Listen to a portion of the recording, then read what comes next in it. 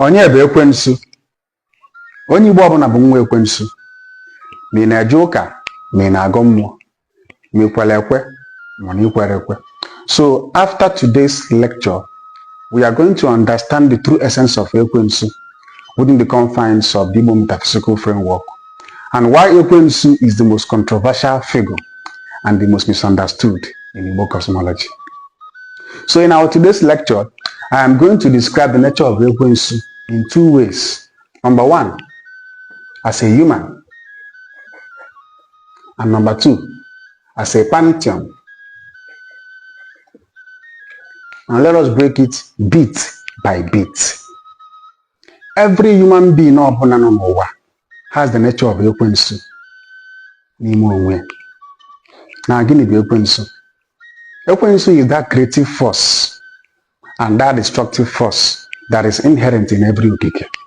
And that is why in Igbo cosmology, we refer ekwensu as Ezeagu.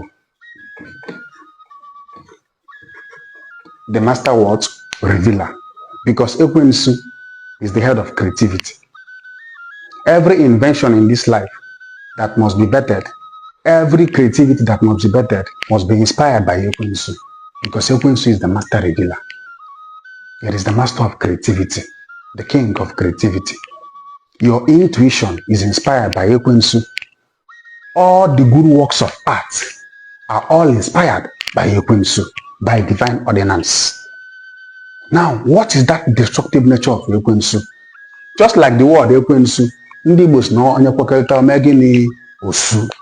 Now, ekwensu is that destructive nature. Ịma ndị Igbo believe in duality consciousness. Ife ọbụla dị mma dịkwa njọ. Aka na-aza azọ ka eji egbu egbu. Now, what is that destructive nature of ekwensu? Now, the destructive nature of ekwensu manifests in every human being in times of trouble. It serves as a means of revenge. It serves as a means for self-preservation. For example, now, if it's onye ilo gị unknowingly, there is this instinct that will come outside of you to fight as a wounded lion, to attack as a wounded lion. That is the nature of ekwensu. Ọ na-aza azọ, ọ na-egbu egbu. But in this our modern time, due to social stigma by the church, we only emphasize on the destructive nature of ekwensu. Ekwensu is very creative. That is why it is called the master revealer.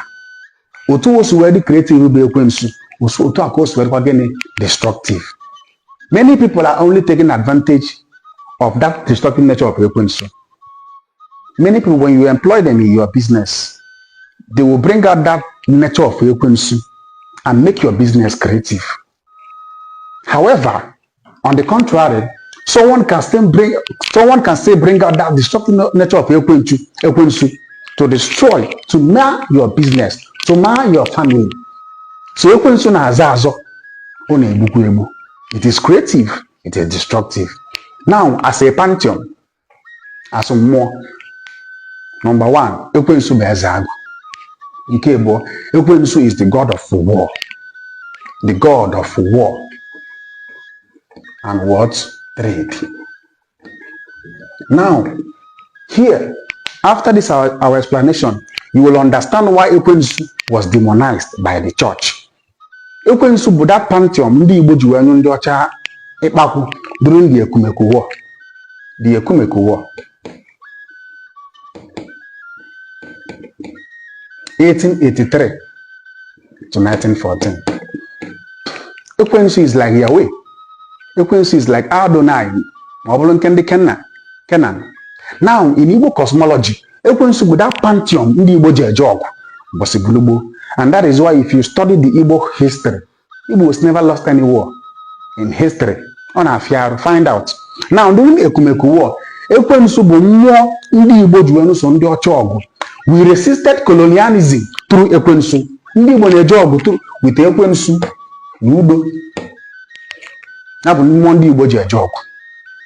And after that encounter, the church the Europeans were with the Igbos during that war. They found out how powerful ekwensu was, and that was why they demonized ekwensu. If you check the Haitian Revolution, The Haitians were able to defeat the Napoleon general. Napoleon was the biggest Western general anyway through Ekwensu. Find out. And that was why the missionaries became scared about Ekwensu and now demonized Ekwensu as devil. In Igbo cosmology, nothing like devil, nothing like Satan. If you begin mma na njọ, if you kwulu na ife ya kwudebia. If you go to the book of Isaiah 45 as a Christian, verse 7, even the Bible say, I create good, I create bad. I, the Lord, do it all things. So, Ekwensu in Igbo cosmology, aburaji ife. It is the spirit of war, the spirit of creativity, and the spirit of war destruction. So, Ekwensu being good or bad depends on you as a human. Do you use the creative force of Ekwensu to invent, or do you use that force to destroy? Nnamdi Zoro Ilo Manichebe, Ibi Vechu Ugwu, Manando. Galon.